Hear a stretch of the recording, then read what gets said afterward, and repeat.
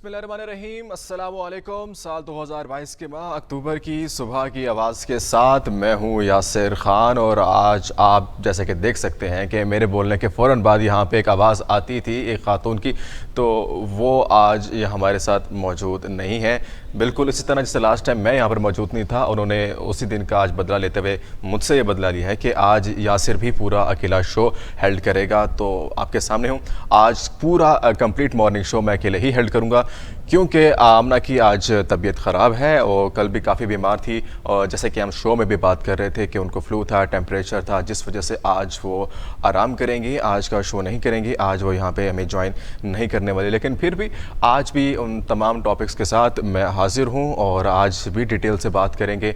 बेशक आमना नहीं है लेकिन मॉर्निंग शो तो फिर भी होगा। और इसके अलावा अगर आज हम बात करने वाले, आज भी हमारे पास बहुत सारे इंटरेस्टिंग टॉपिक्स हैं। और इसके साथ साथ जो रिसेंट जो भी एक्टिविटीज़ हुई हैं हमारे पाकिस्तान में, जो पॉलिटिकल एक्टिविटीज़ हैं उसमें जो डेवलपमेंट आ रही हैं, आज उस सब पर भी बात करेंगे। तो आज का show I could be wrong कि शायद आपको इंटरेस्टिंग ना लगे, लेकिन मैं भरपूर कोशिश करूँगा कि आज का शो भी एज़ यूजुअल जैसे हमारे इंटरेस्टिंग बनाने की कोशिश करते हैं आमना और मैं, भरपूर कोशिश करते हैं। आज उसको मैं अकेला ये फ़र्ज़ सर अंजाम देने की कोशिश करूँगा। तो आई थिंक सो हमें अब टॉपिक्स की तरफ आ जाना चाहिए कि आज हमने किन किन टॉपिक्स पे बात करनी है। तो सबसे पहले तो आज हमारे पास बहुत सारे टॉपिक्स हैं, जिनमें फ़र्स्ट ऑफ़ ऑल जिसको डिस्कस करना इंतहाई ज़रूरी है। पाकिस्तान में एक बार फिर लॉन्ग मार्च का आगाज़ होने जा रहा है। पाकिस्तान तहरीक इंसाफ की जानिब से लॉन्ग मार्च का जो ऐलान किया गया था, फाइनली उनके शेड्यूल के मुताबिक, उनकी डेट के मुताबिक लॉन्ग मार्च जो है फ्राइडे को स्टार्ट हो गया था, जुम्मे की नमाज के बाद, जो कि लाहौर में मुख्तलिफ शाहराहों से होता हुआ पाकिस्तान के मुख्तलिफ लोग उसमें मौजूद थे। और लॉन्ग मार्च का बाकायदा जो है इसका इनेकाद कर दिया गया था।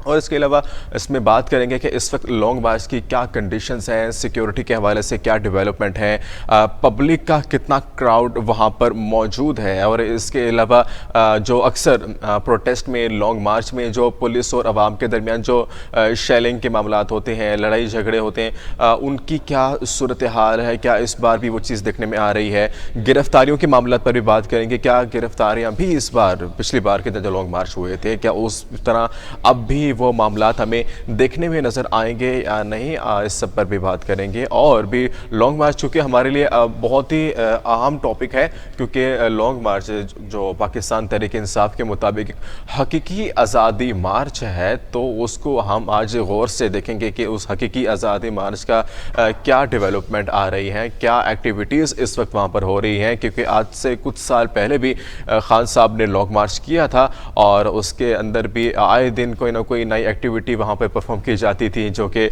ख़बरों की जीनत बनती थी। लेकिन उसके बाद दोबारा भी मई के महीने में लॉन्ग मार्च किया गया था, लेकिन वो लॉन्ग मार्च बकौल पीटीआई के, उनके कारकुनों के और उनके तमाम पार्टी वर्कर्स के मुताबिक उनका कहना था कि उनकी तैयारी नहीं थी, जिस वजह से वो लॉन्ग मार्च को हेल्ड नहीं कर पाए थे। लेकिन आज डिटेल में उससे बात करेंगे कि लॉन्ग मार्च की क्या सूरत हाल है। तो इसके अलावा हम बात करेंगे, हमारे पास टॉपिक है आतिफ असलम के बारे में। बिल्कुल, अगर जहां सब टॉपिक्स डेली बेसिस पे हम डिस्कस करते हैं, तो हमारा सीक्वेंस बिल्कुल वैसे का वैसा रहेगा और इंशाल्लाह फ्लो नहीं टूटने देंगे। और हम बात करेंगे एंटरटेनमेंट पे, जहां आपको बताएंगे कि आतिफ असलम के नए गाने के बारे में।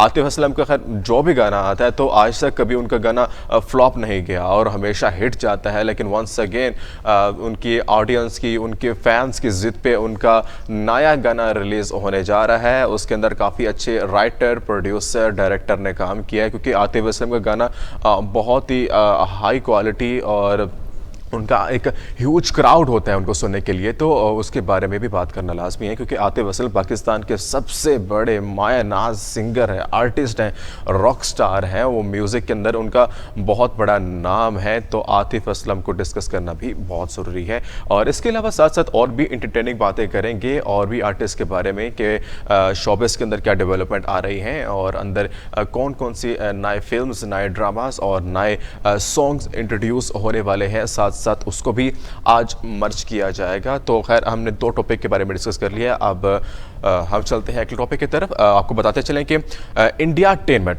सो वंस अगेन हर बार की तरह आपको जैसा कि बताया कि इंडिया ने हमारा कोई कॉन्ट्रैक्ट किया उन्होंने हमारे साथ कि उन्होंने डेली हमें कोई वायरल वीडियो देनी है। तो वंस अगेन दोबारा से वायरल वीडियो आई है, तो इस वजह से हमने इंडिया की तरफ से जो ख़ास तौर पे इंडिया की जो स्पेसिफिक रियासतें हैं वहाँ से जो भी वीडियोस आती हैं तो हमने उसका नाम इंडिया टेनमेंट रख दिया है कि भाई अब ये हमारा पूरा सेगमेंट बन चुका है। इंडिया से जो भी वीडियो आएगी तो उसको हम इंडिया टेनमेंट के नाम से ही हम इंट्रोड्यूस करेंगे। तो आपको बताते चलें कि इंडिया से क्या नई वायरल वीडियो आई है, तो आपको हम ये बताते चलें कि एक रसगुल्ले की वजह से वंस अगेन पिछली बार की तरह ये भी एक अफसोसनाक खबर है, लेकिन सुनते हुए पहले तो इंसान को हंसी आ जाती है, इंसान सोचता है यार ये क्या बेवकूफ़ाना अमल है, क्योंकि इंडिया से वाक़यात इस तरह के आते रहते हैं लेकिन अब हमें आदत पड़ चुकी है। तो आपको बताते चले कि रसगुल्ले की वजह से, रसगुल्ला क्योंकि एक स्वीट है, मिठाई है जो कि मुख्तलिफ त्योहारों में सेरेमनीज़ में ये बांटी जाती है, तकसीम की जाती है, और उसकी वजह से लड़ाई हो गई एक सेरेमनी में और उसके अंदर एक शख्स जहां भाग हो गया और 4 ज़ख्मी भी हो गए हैं सिर्फ रसगुल्ले कम पड़ जाने की वजह से।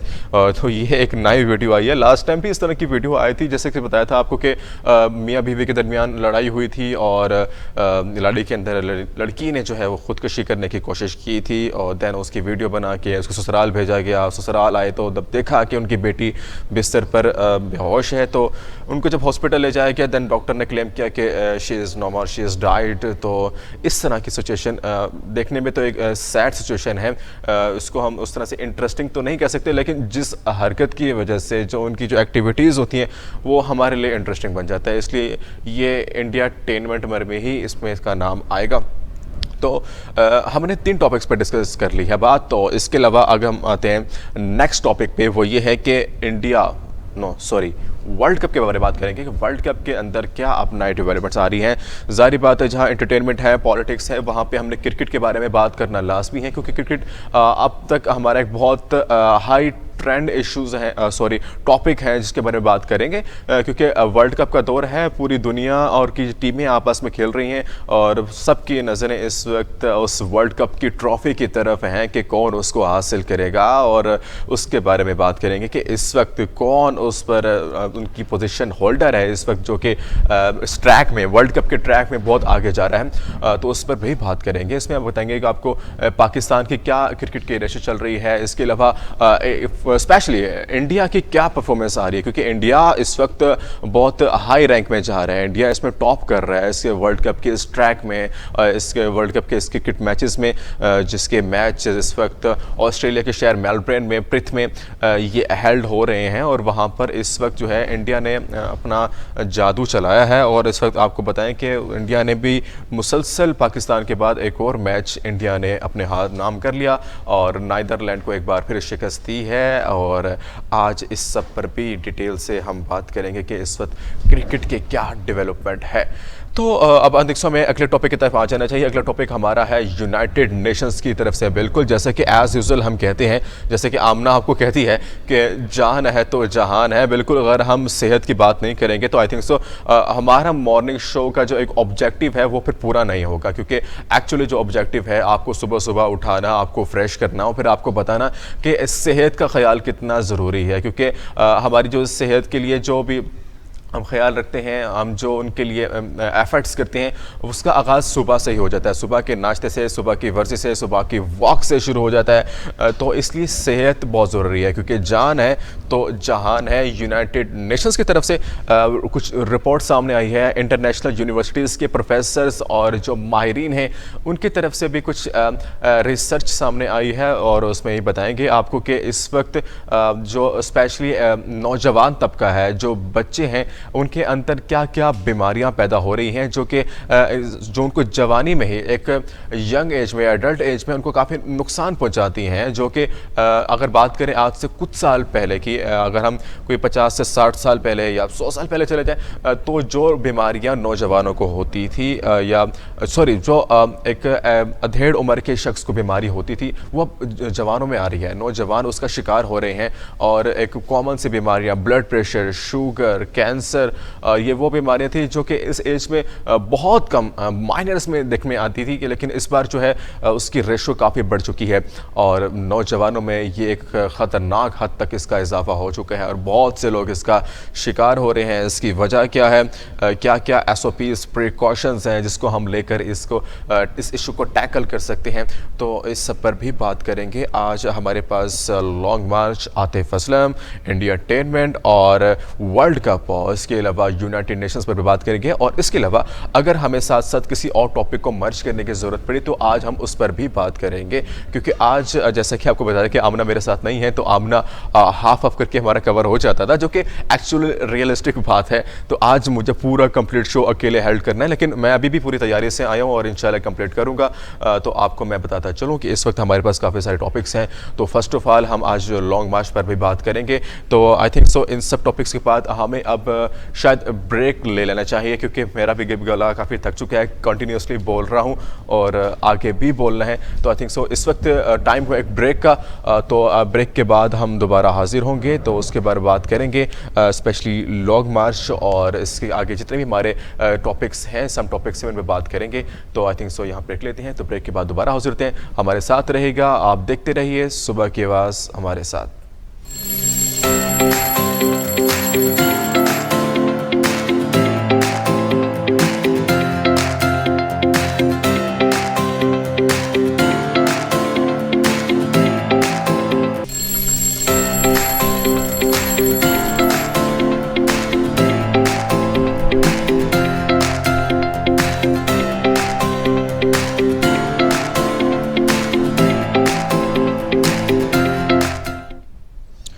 वेलकम बैक नाज़रीन, सुबह की आवाज़ में एक बार फिर खुश आमदीद। तो आज हम बात करेंगे, जैसे कि आपको इंडेक्स में सब कुछ बता दिया है, तो ब्रेक में जाने से पहले मैंने आपको बताया था कि लॉन्ग मार्च के हवाले से हम बात करेंगे।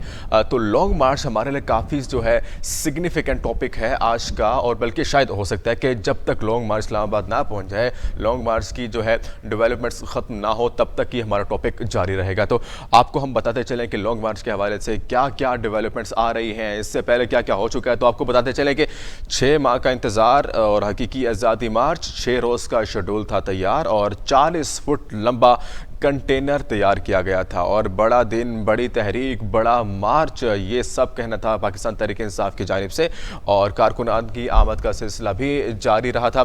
और इसके अलावा इमरान खान के जो मुतालबात हैं वो बहुत मैटर करते हैं इस लॉन्ग मार्च के हवाले से। और आपको बताते चलें कि लॉन्ग मार्च पाकिस्तान तहरीक-ए-इंसाफ की जानिब से बकौल उनके हकीकी आज़ादी मार्च, जो 6 माह से इनकी तैयारियाँ थी वो चलती आ रही थी। और पाकिस्तान तहरीक-ए-इंसाफ की जानिब से पहले भी लॉन्ग मार्च किए जा चुके हैं। आज से कुछ साल पहले भी लॉन्ग मार्च किया था, जो कि इस्लामाबाद में धरने की सूरत में कन्वर्ट हो गया था, और देन उनके अपने मुतालबात थे एट दैट टाइम भी। और उसके अलावा दोबारा एक बार फिर लॉन्ग मार्च उन्होंने शुरू किया मई के महीने में, जो कि 25 मई का वाक़या बहुत मशहूर वाक़या है ख़ास तौर पे पाकिस्तान तहरीक-ए-इंसाफ के लिए।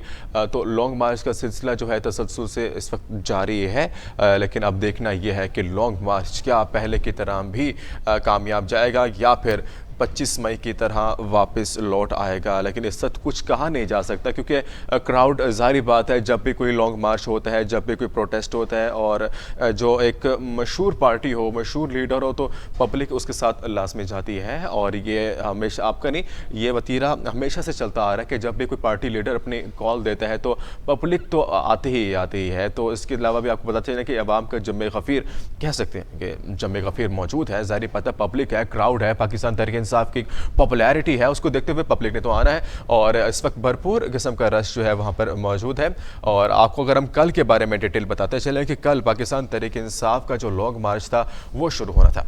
आज से कुछ दिन पहले इसका शेड्यूल जो है जारी कर दिया जा चुका था एडवांस तौर पे। तो उस पर ये बताया गया था कि इस वक्त लॉन्ग मार्च का जो पूरा एक सर्कल था वो कहाँ से स्टार्ट हो रहा था और कहाँ जाके वो ख़त्म होना था। तो ये लॉन्ग मार्च का सिलसिला काफ़ी टाइम से चलना था, इसकी तैयारियाँ चलती आ रही थी, जो कि लास्ट टाइम भी खान साहब ने कहा था कि उनकी तैयारी नहीं थी, उनके पार्टी वर्कर्स ने कहा था कि वो लॉन्ग मार्च के लिए तैयार नहीं थे, तो जो रिसेंट लॉन्ग मार्च था वो नहीं कर पाए थे। लेकिन अब फिर लॉन्ग मार्च शुरू होने जा रहा है। लॉन्ग मार्च के अंदर जो रिसेंटली जो एक्टिविटीज़ हुई इसके बारे में आपको बताते चलें कि लॉन्ग मार्च में पाकिस्तान तहरीक-ए-इंसाफ ने लिबर्टी चौक से लॉन्ग मार्च का आगाज़ किया था। ये कल की आपको न्यूज़ बता रहे हैं।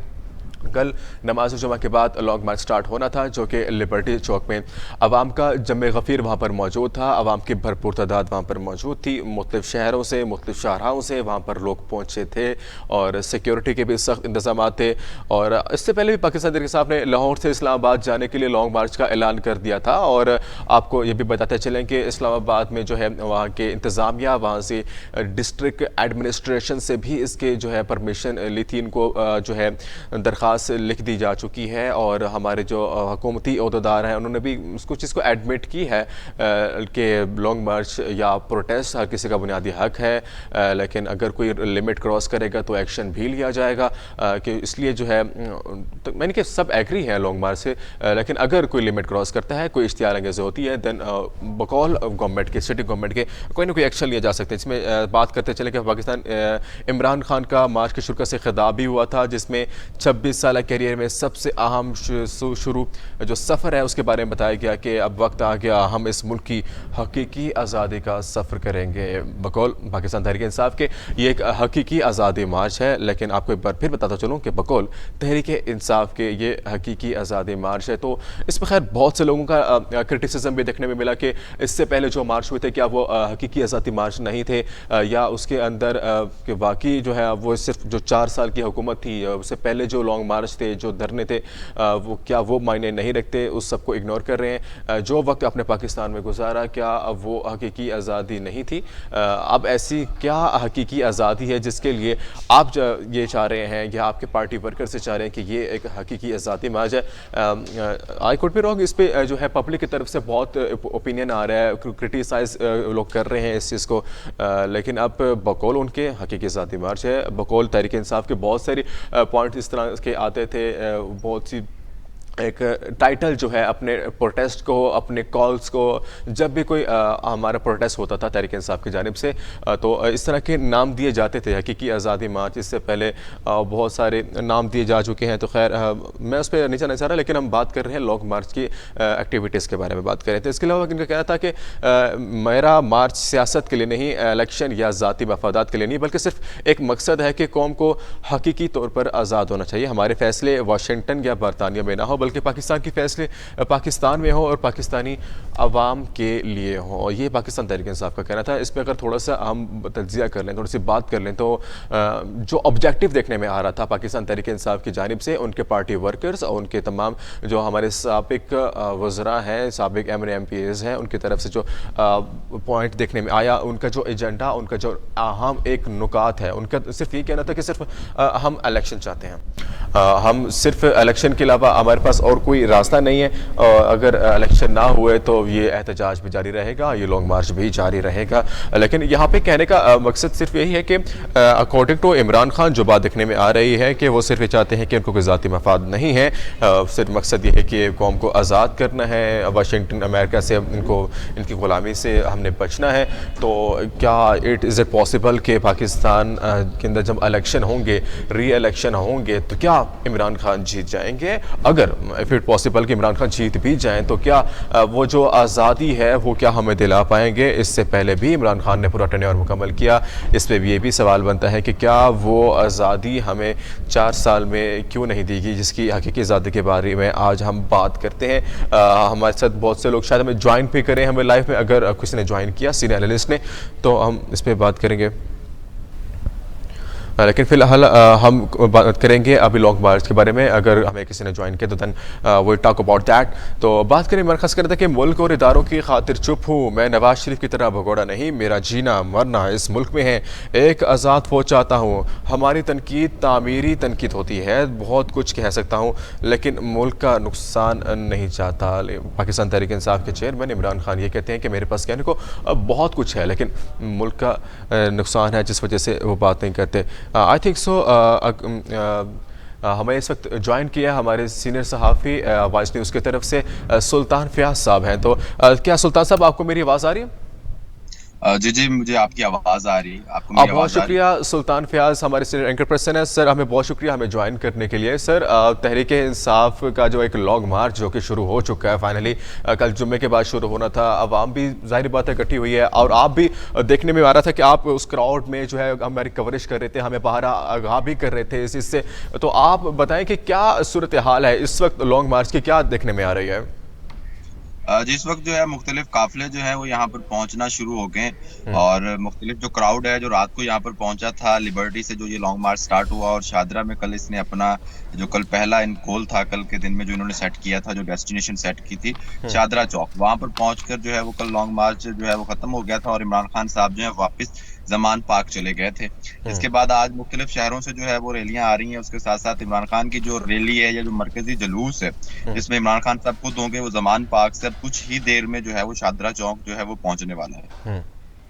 अच्छा सर, ये बताइएगा कि इस वक्त तो हमें जो प्रेडिक्शंस हो रही थी, जो हम सोच रहे थे कि अवाम का एक क्राउड वहाँ पर होगा, अवाम का जमे गफीर वहाँ पर मौजूद होगा, लेकिन बहुत से लोग ये कह रहे हैं कि जो क्राउड एक्सपेक्ट किया जा रहा था उसके मुताबिक वहाँ पे क्राउड नहीं आया। तो आपको क्या लगता है कि इस वक्त इतना क्राउड मौजूद है क्या लॉन्ग मार्च के लिए, जो यहाँ से रवाना होने के लिए उनको जो रिक्वायर्ड था, या क्या अवाम का जो आने का सिलसिला है क्या वो फ्लो अभी जारी है? जी, पब्लिक तो जिस तरह से मैं आपको बता रहा था कि अभी आ रही है, रैलियां आ रही हैं, इमरान खान साहब के साथ भी एक बड़ा जुलूस आएगा। हम्म। लेकिन जिस तरह से आप बात कर रहे हैं या दीगर तजियाकार या जो लोग बात कर रहे हैं जी, कि उस तरह से लोग नहीं निकले हम्म। जिस तरह से एक्सपेक्टेशंस थी, जिस तरह से जी। उम्मीदें थी। और जिस तरह से इमरान खान साहब ने एक नैरेटिव बिल्ड किया था कि ये आज़ादी, हकीकी आज़ादी के लिए मार्च है, ये इनकलाब है। हम्म। पाकिस्तान की आज़ादी के बाद 1947 के बाद ये सबसे बड़ी तहरीक का वो दावा करते हैं कि ये सबसे बड़ी तहरीक है। लेकिन जी। उस तरह से लोग नहीं निकले। कल भी जब हम देख रहे थे कि जो वहाँ का मामूल का कारोबार था, मामूल के रोजमर्रा के काम थे, वो लोग चल रहे थे। और जो हम्म। हमारा फिरोजपुर रोड है वो बहुत बिजी रोड होता है और वहाँ पर हम्म। जो है वो काफी सारी जो है मार्केट्स हैं, वो मार्केट्स ओपन थी, वहाँ पर जो है कस्टमर्स भी थे, वहाँ पर जो है दुकानदार भी थे। तो आप इस बात से अंदाजा लगा सकते हैं कि जो इमरान खान साहब का हम्म। रूट है, उस रूट पर ही जो लोग हैं वो बाहर नहीं आए। उस रूट पर जो काम करने वाले लोग हैं, उस रूट के जो ताजिर हैं, हम्म। उन्होंने उस तरह से निकल के इमरान खान साहब को जो है वो अपनी हिमायत का इज़हार नहीं किया। अच्छा सर, ये बताइएगा कि वजह एक्चुअली क्या हो सकती है, क्योंकि अगर हम बात करें जो रिसेंट इनका मई के महीने में लॉन्ग मार्च हुआ था आज से 6 महीने पहले, तो उनका ये कहना था कि हमारे पास जो है तैयारी नहीं थी, या गर्मी की वजह से जो है लोग घरों से बाहर नहीं लगा, मतलब तो मौसम भी अच्छा है, तैयारी भी उनकी पूरी है, उनके बकौल उनके।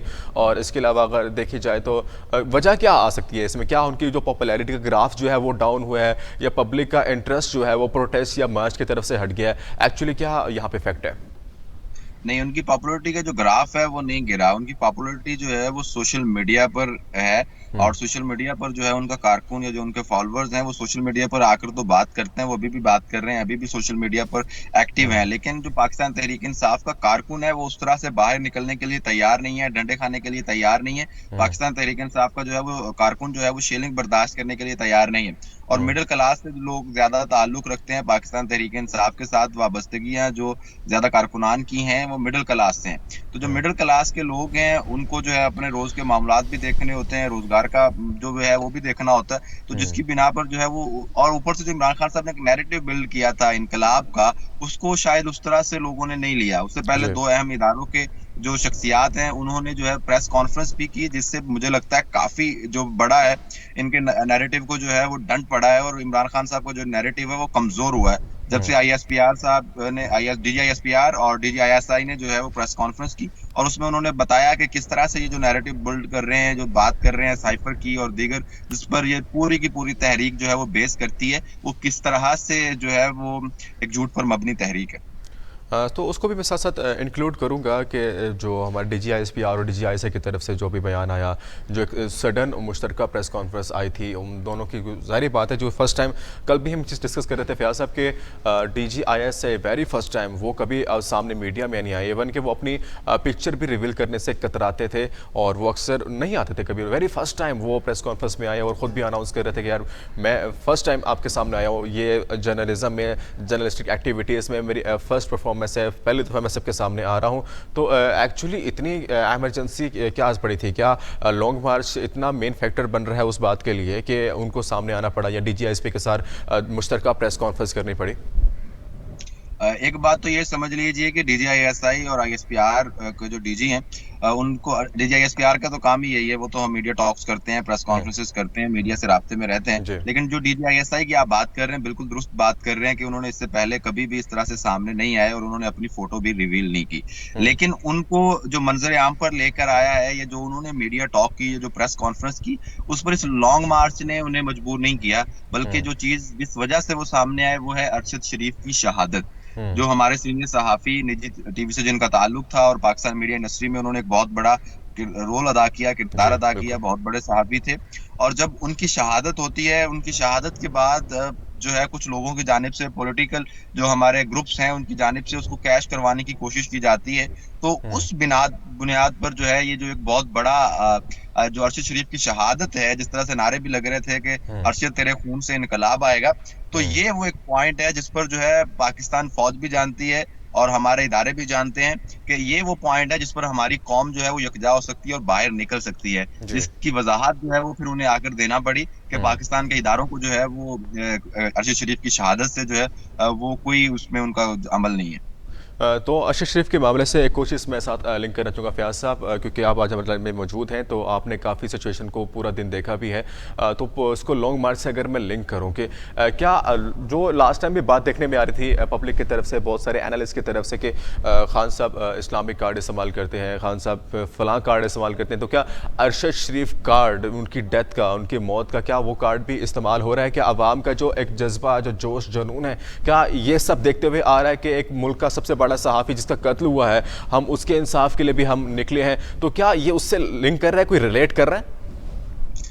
जी, मैं आपको जिस तरह से आप कार्ड की बात कर रहे हैं, तो कार्ड तो इमरान खान साहब पूरा का पूरा खेल रहे हैं। इमरान खान साहब के साथ जो कंटेनर्स हैं, जो उनके साथ गाड़ियां हैं, उस पर भी जो है अरशद शरीफ साहब की जो है हम्म, तस्वीर आवेजा अच्छा। हैं, और उन पर जो है अरशद शरीफ साहब के नाम से जो है वो बहुत सारी कोटेशंस भी लिखी गई हैं। उनको जो है वो खराज तहसीन भी पेश किया गया है, जो अच्छी बात है। और उसके हम्म, साथ साथ पाकिस्तान तहरीक इंसाफ के कारकुनान जब नारेबाजी करते हैं, तो उनमें एक नारा ये भी शामिल होता है कि अरशद तेरे खून से इनकलाब आएगा, अरशद तेरे खून से इनकलाब आएगा। हालांकि ये जो नारा है ये सिर्फ पाकिस्तान तहरीक इंसाफ का नहीं है, बल्कि ये तमाम जर्नलिस्ट एसोसिएशन और जितने भी सहाफी हजरात हैं, ये जो मुहब्बे वतन पाकिस्तानी है, वो इस बात को जानते हैं और वो ये उनका नारा है।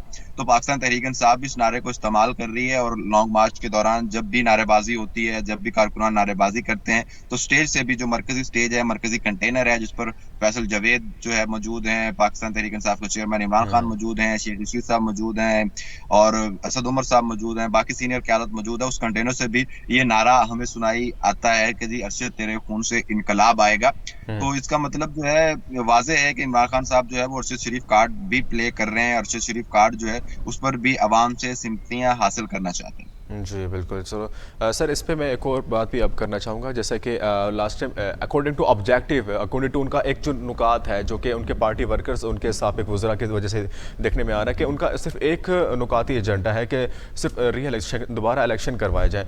तो अकॉर्डिंग टू खान साहब, जैसे वो कहते हैं कि हम इलेक्शन चाहते हैं, या हम जो ग़ुलामी है उससे आज़ाद होना चाहते हैं, यहाँ की आज़ादी मार्च है, उनके अपना मफाद कोई नहीं है, सिर्फ वो ग़ुलामी से बचना चाहते हैं। तो अगर रिलेट करें, क्या इट्स पॉसिबल कि लॉन्ग मार्च होता है, अपने हुकूमत पे प्रेशर करने के बाद वो कामयाब भी हो जाते हैं, एंड आफ्टर दैट अगर वो इलेक्शन होते हैं और इलेक्शन जीत भी जाते हैं, क्या वो जो उनका नैरेटिव है हकीकी आज़ादी मार्च वाला, क्या वो हासिल कर पाएंगे? नहीं, मेरा नहीं ख्याल कि सबसे पहले तो बात यह है कि हकीकी आज़ादी आपने हासिल किससे करनी है। आप एक आज़ाद मुल्क हैं, एक आपका अपना आइन है जिसके हम्म, तहत आप चल रहे हैं, और यहाँ पर पार्लियामेंट है। और इलेक्शंस की बात करते हैं, अभी हाल ही में आपको इल्म है कि इमरान खान साहब ने जो है वो 9 सीटों से जो है वो इंतखाबात में हिस्सा लिया था, मियाँ वाली को डाल के, और इस वक्त जो है जी। उनको तो नाअहल कर दिया गया है लेकिन उस सीट से, लेकिन मुकम्मल तौर पर जो है उन्होंने 9 सीटें जो हैं वो खुद विन की हैं, और विन हम्म, करने के बाद जो है उन्होंने जाकर उन सीटों से, जाहिर सी बात है एक से ज्यादा वो सीट नहीं रख सकते, तो बाकी सीटों से जो है वो उनको इस्तीफा देना पड़ेगा। तो अगर इमरान हम्म, खान साहब उससे पहले भी असेंबली में थे, वहां से भी इस्तीफे दे के बाहर आए, तो अगर आपने असेंबली में बैठना नहीं है, आप इसी तरह से 2013 वाले इलेक्शन की बात कर लें, वहां पे भी पाकिस्तान तहरीक इंसाफ हम्म, को एक बड़ा जो है वो स्कोर मिला था, पाकिस्तान तहरीक इंसाफ ने अच्छी खासी सीटें हासिल की थी, लेकिन हम्म, वो जाके असेंबली में नहीं बैठे, जाके उन्होंने उस तरह से किरदार अदा नहीं किया पाकिस्तान की जी। कानून साजी में। तो अगर दोबारा इलेक्शन हो जाते हैं इमरान खान साहब, अगर तो हम्म, इमरान खान साहब नहीं जीतते, हम्म, तो फिर इमरान खान साहब दोबारा मेरा नहीं ख्याल के असेंबलियों में आएंगे या आके बैठेंगे, उसी तरह से ये दोबारा फिर लॉन्ग मार्च, और ये हकीकी आज़ादी, जिस तरह से आप बात कर रहे हैं हकीकी आज़ादी मार्च की, हकीकी आजादी तहरीक की, तो ये चलती रहेगी। लेकिन अगर इमरान खान साहब जिस दिन इक़्तिदार में आ जाएंगे, जिस दिन इमरान खान साहब को इक़्तिदार का दरवाजा मिल जाएगा, उस दिन जो है वो ये हकीकी आजादी मार्च खत्म हो जाएगा। तो मुझे जो अभी तक समझ आ सकी है कि इमरान खान साहब सिर्फ ये हमें कहना चाह रहे हैं कि अगर तो मैं वजीर आजम हूँ, देन जो पाकिस्तानी कौम है वो एक आज़ाद कौम है, और पाकिस्तान की फौज भी एक आज़ाद फौज है, और पाकिस्तान की फौज भी जो है वो एक मुहब्बे वतन फौज है। लेकिन अगर मैं जो है वो वजीर आजम नहीं हूँ, या मैं इक़्तिदार में नहीं हूँ, तो कोई भी इदारा जो है वो ना तो मुहिब वतन है, और ना ही कोई शख्स जो है वो मुहिब वतन है। सब के सब जो है वो गद्दार हैं, और जो है पाकिस्तानी कौम है वो एक गुलाम कौम है, अगर वजीर आजम साहब जो इमरान फैज खान साहब, साहब। इज देयर अनदर ट्रैक के हम लॉन्ग मार्च देखने में आ रहा है। लॉन्ग मार्च के अंदर ज़ाहिर बात है पूरी तैयारी की गई है, पैसे लगते हैं और बहुत सी ट्रैफिक भी मुतासर होती है, लोग परेशान होते हैं। तो इज़ देयर एनी ड्रैग कि हम बात करें कि लॉन्ग मार्च का जो एक मकसद है, उनका ऑब्जेक्टिव है, उनका एक नुकाती एजेंडा री इलेक्शंस का है, तो क्या इज़ इट पॉसिबल कि लॉन्ग मार्च के अलावा भी उनके पास कोई हल था कि अपने मुतालबात को मनवाने के लिए, कि कोई रास्ता आपको नज़र आता है कि अपने मुताबिक के लॉन्ग मार्च नहीं होना चाहिए, इसके अलावा और भी कोई रास्ते मौजूद थे? असर गालिब का एक शेर है कि हजारों ख्वाहिशें ऐसी कि हर ख्वाहिश पे दम निकले। तो ख्वाहिशें तो बहुत सारी हो सकती हैं, मुतालबात हर जरूरी नहीं है कि हर मुतालबा जो है वो माना जाए। जिस तरह से इमरान खान साहब ने दीगर जमातों के साथ मिलकर एक हुकूमत बनाई थी, और पाकिस्तान तहरीक इंसाफ और MQM बाप पार्टी ने मिलकर हुकूमत की थी, इसी जी। तरह से अब PDM है, उन्होंने मिलकर, और MQM और बाप अब जो है वो उसी पार्टी में चली गई हैं। तो अब जो है PDM बन के वो अगर इक़्तिदार में है, हुकूमत हासिल कर ली है उन्होंने, तो जिस तरह से 3.5 साल इमरान खान साहब जो है वो हुकूमत में बैठे थे, और दीगर जो है वो अपोजिशन में बैठे थे, इसी तरह से इमरान खान साहब को भी चाहिए था कि ये 1.5 साल जो है वो अपोजिशन में गुजारते, अच्छी टफ अपोजिशन करते, पाकिस्तान की कानून साजी में जो है वो अमल किरदार अदा करते, और उसके बाद जो है वो 2023 में इंतखाबात होने जा रहे हैं, उसमें आकर सामने आते, और उनमें जो है वो हिस्सा लेते, और पाकिस्तान तहरीक इंसाफ, अगर उनको अवाम को लगता, और पाकिस्तानी अवाम को ये उम्मीद दिलाते कि इमरान खान अगर दोबारा आएंगे तो इस जी। मुल्क को जो है वो दोबारा बचा लेंगे। लेकिन जी। इस बार मेरा ख्याल है कि इमरान खान साहब के पास तो ना कुछ कहने को था, ना वो ये बात कर सकते थे कि करोड़ नौकरियां दूंगा,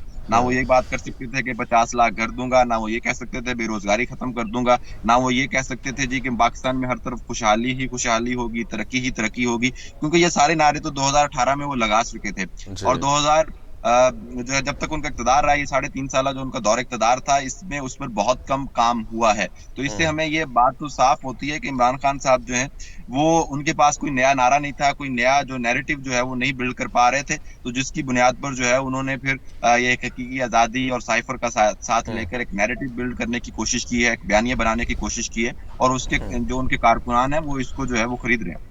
अच्छा फैज साहब, इसमें मैं एक और चीज़ रेड करना चाहूँगा कि लॉन्ग मार्च का सिलसिला इस वक्त जारी है, और इस वक्त जो है मुख्तलिफ शहरों का जो शेड्यूल भी जारी हो चुका था। तो सिटिंग गवर्नमेंट की तरफ से, जो हमारी इंटीरियर मिनिस्ट्री है, उनकी तरफ से क्या इकदाम किए गए हैं? क्या इज़ इट पॉसिबल कि जो देखने में आ रहा है, रिसेंट जो लास्ट टाइम 25 मई में वाक़या हुआ था, और जो पुलिस और पब्लिक के दरमियान जो गुत्थम गुत्था इश्तियाल अंगेज़ी हुई थी, क्या इस बार भी ऐसा कोई प्लान है? क्या वही दोबारा गिरफ्तारियों के मामलात, और दोबारा वही शेलिंग्स, और दोबारा वही सड़कों पर टायर और आग सब, क्या वो प्रेडिक्शंस लग रही है, देखने में आ रहा है कुछ ऐसा? इस बार हालात थोड़े से मुख्तलिफ इसलिए हैं क्योंकि पाकिस्तान तहरीक इंसाफ और काफ लीग की, जो पाकिस्तान तहरीक इंसाफ की इत्तेहादी हैं, इनकी जो हुकूमत है पंजाब के अंदर, जी। और पंजाब हुकूमत का ज़ेली इदारा है पंजाब पुलिस। तो पंजाब पुलिस जो है वो तमाम तर सिक्योरिटी मामलात को देख रही है, तमाम तर इंतजामात उनके हवाले हैं। तो मेरा नहीं ख्याल कि अभी इस तरह की कोई चीज़ जो है वो तसादुम हमें देखने में आएगा, लेकिन जैसे ही इस्लामाबाद की और वफाक की जो है वो लाइन शुरू होती है, वफाक का इलाका शुरू होता है, तो वहाँ पर जो है राना सनाउल्लाह साहब उन्होंने बाकायदा तौर पर ये बार-बार कहते रहते हैं कि जी मैं इस्लामाबाद में इनको नहीं घुसने दूँगा, और उसके लिए वो तैयारी भी कर रहे हैं, और उसके लिए जो है वो भारी तादाद में जो कंटेनर्स हैं वो अभी लगा दिए गए हैं। हालाँकि ये जो काफ़िला है ये 6 दिन का मुकम्मल इनका रूट था, कल दिन गुज़र गया, आज को मिला के 5 दिन के बाद जो है ये इस्लामाबाद पहुँचेंगे। लेकिन आज से ही, बल्कि आज से भी पहले से जो है वो वहाँ पर कंटेनर्स एक भारी मिकदार में जो है वो इस्लामाबाद के रास्तों पर पहुँचा दिए गए हैं, और कोशिश की जा रही है कि किसी तौर पर भी जो है वो लॉन्ग मार्च को जो है इस्लामाबाद में दाखिल ना होने दिया जाए। तो वहाँ पर जो है वो हमें तसादुम देखने में आएगा। तो खान साहब भी अपनी पूरी कोशिश में, अपने कारकुनान के साथ, तो उधर से सिटिंग गवर्नमेंट भी अपनी भरपूर कोशिश में। अब यहाँ बात ये बनती है कि दोनों की तरफ से बराबर का प्रेशर आएगा, क्योंकि जाहिर बात है लॉन्ग मार्च का जो ऑब्जेक्टिव होता है वो यही है कि गवर्नमेंट पे प्रेशर, इदारों पे प्रेशर, ताकि अपने मुतालबात मनवाए जा सकें। और दूसरी तरफ जो गवर्नमेंट है वो उसको लॉन्ग मार्च को रोकने की कोशिश में लगी हुई है। कहने का मकसद है कि दोनों अपने अपने एक्टिविटीज़ में बराबर का किरदार अदा कर रहे हैं। एक्चुअली आपकी नज़र में कुछ सोल्यूशन क्या होना चाहिए इस सबका? तो इसके अलावा क्या आप हल समझते हैं कि लॉन्ग मार्च के अलावा या जो हमारी सिटिंग गवर्नमेंट है उसको क्या लाहेअमल करना चाहिए, क्या सोचना चाहिए? क्योंकि हमारी गवर्नमेंट अगर उनको फोर्स करने में लग जाए कि हमने लॉन्ग मार्च खत्म करना है, पीटीआई सोचने में लग जाए कि हमने लॉन्ग मार्च को चलाना है, देन तो फिर यहाँ पे कंट्रोवर्सी होगी, इसके अलावा कोई हल तो नहीं होगा। असल में हमारे यहाँ ये मसला यही है कि मामला का हल तो जो है वो बैठकर निकाला जा सकता है, टेबल टॉक भी हो सकती है, और उस पर बैठ के इमरान खान साहब के पास लोग भी वो बात करते हैं, हकीकी आज़ादी की, गुलामी की बात करते हैं, या वो ये कहते हैं जी कि किसी दूसरे मुल्क ने जो है वो हमारे अंदरूनी मामलात में इंटरफेयर किया है। अगर उसके पाकिस्तान तहरीक-ए-इंसाफ के पास, इमरान खान साहब के पास सबूत हैं तो वो हमारे इदारों को दे, और हमारे इदारों को देकर उनको अपने इत्मीनान में लेकर एक मिलकर जो है वो तहरीक चलाएं, और उस मुल्क के साथ जो है वो अपने ताल्लुकात को या तो बेहतर करें। और अगर उनको लगता है कि पाकिस्तान तहरीक-ए-इंसाफ को या बाकी पूरी कौम को ये लगता है कि जी किसी खास मुल्क के साथ हमें ताल्लुकात से नुकसान पहुंच सकता है, तो फिर चाहिए कि उनका बाइकाट करें या उनको एक सख्त से सख्त जो है वो जवाब दिया जाए, तो इस किस्म का कोई हल निकलेगा। लेकिन अगर आप इसी तरह से ही हकीकी आज़ादी मार्च के नाम पर अपने मुल्क के अंदर ही रोड बंद करते रहेंगे, सड़कें बंद करते रहेंगे, रास्ते बंद करते रहेंगे, रोजगार बंद करते रहेंगे, पाकिस्तानी मईशत को नुकसान पहुंचाते रहेंगे, तो हम कभी भी तरक्की नहीं कर सकेंगे और इससे कोई सोल्यूशन नहीं निकलेगा। मास वाइज आप सिर्फ और सिर्फ अपनी सियासत को चमका सकेंगे, आपको एक नया सियासी नारा मिल जाएगा, एक सियासी नैरेटिव मिल जाएगा, इसके अलावा पाकिस्तानी कौम को जो है वो कुछ हासिल नहीं होगा। तो सोल्यूशन तो यही है कि ये मिलकर बैठें और बैठकर जो है वो फैसला करें, लेकिन इमरान खान साहब जो है वो किसी की भी बात सुनने के लिए तैयार नहीं है। दूसरी तरफ से हमें बारहा जो है वो बात करने की कोशिश दिखाई दी और उन्होंने इमरान खान साहब को इनवाइट भी किया, लेकिन इमरान खान साहब के खास जो है तर्ज अंदाज है और वो ये बात बांगे दोहल कहते हैं जी कि मैं इन चोरों के साथ नहीं बैठूंगा, डाकुओं के साथ नहीं बैठूंगा। तो मेरा नहीं ख्याल कि ये किसी भी मोड पर जो है वो जाकर अपोजिशन और हुकूमत जो है वो बैठ सकती है। सही। चलिए फयाज साहब, आप फील्ड में मौजूद हैं, लॉन्ग मार्च को जो है प्रॉपर तरीके से आप कवर कर रहे हैं, तो आपसे लॉन्ग मार्च की जो डेवलपमेंट है, इसकी जो एक्टिविटीज़ हैं, उससे हम अपडेट आपसे हम लेते रहेंगे। फयाज साहब का बहुत बहुत शुक्रिया, हमारे साथ मौजूद थे हमारे सीनियर एंकर पर्सन और सहाफ़ी फयाज सुल्तान साहब, जिनका कहना था कि लॉन्ग मार्च की क्या सूरत हाल है। तो फिर इस वक्त ब्रेक के बाद दोबारा हाजिर होते हैं, तब हम अगले टॉपिक से बात करेंगे, हमारे साथ रहेगा।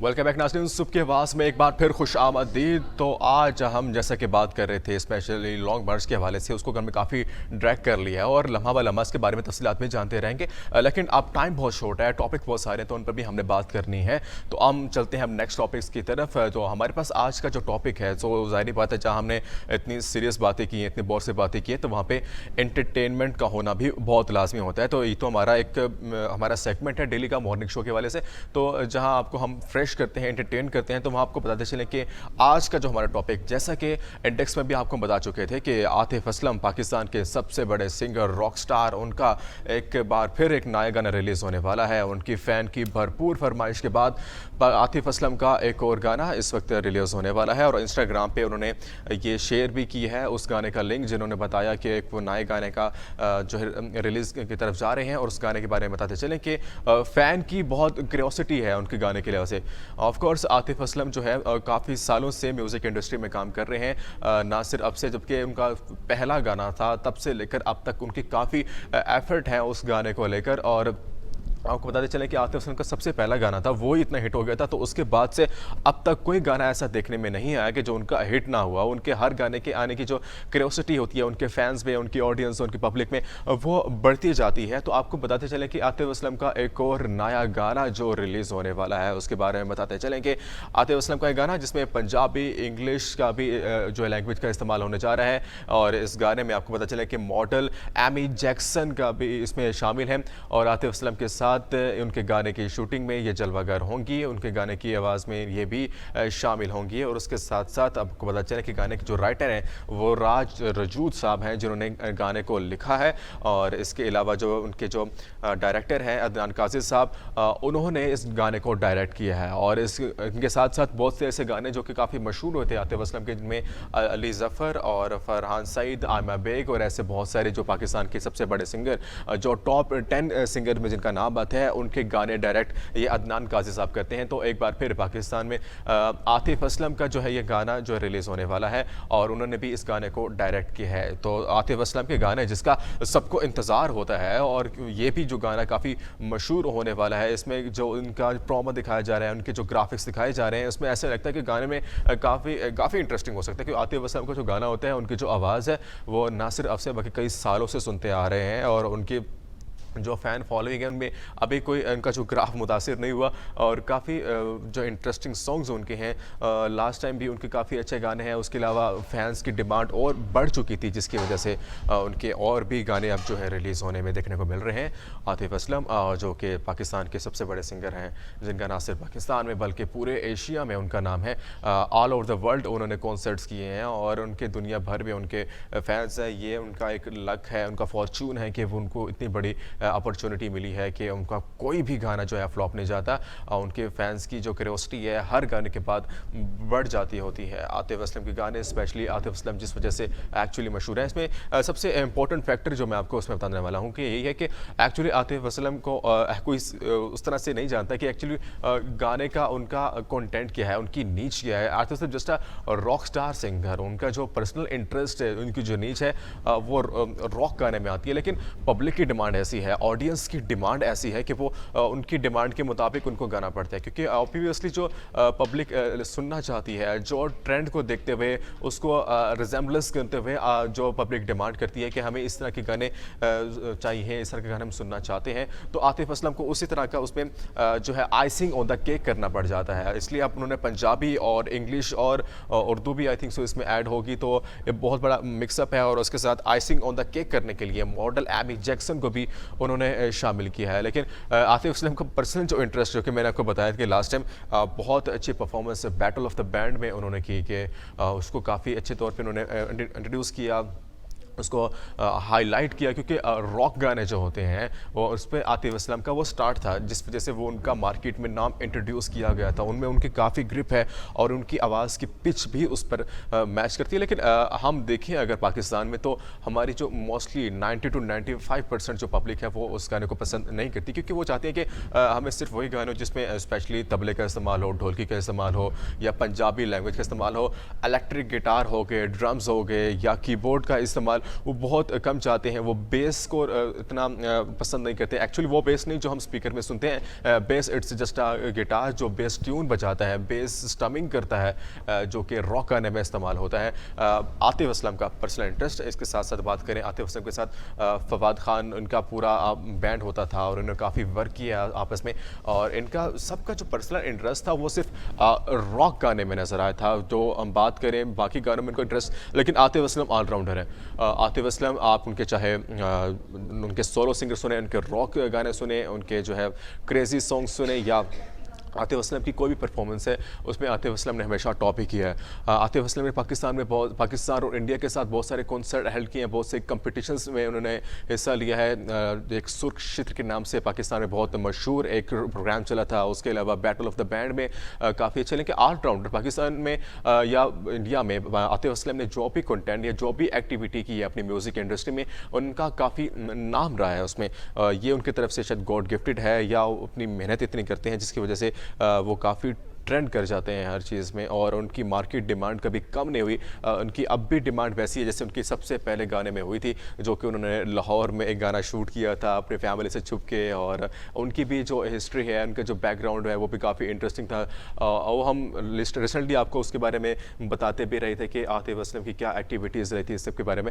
और खैर आतिफ असलम का गाना जो है इसका सबको इंतज़ार है, मुझे भी बहुत इंतज़ार है, तो हम भी सुनेंगे कि गाना के अंदर क्या एक नया चेंज वो दिखाने में आ रही रही है, जिसमें इंग्लिश का इस्तेमाल है, पंजाबी का इस्तेमाल भी है और एमी जैक्सन भी इस गाने में जलवागर होंगी, तो हमें इसका इंतज़ार होगा।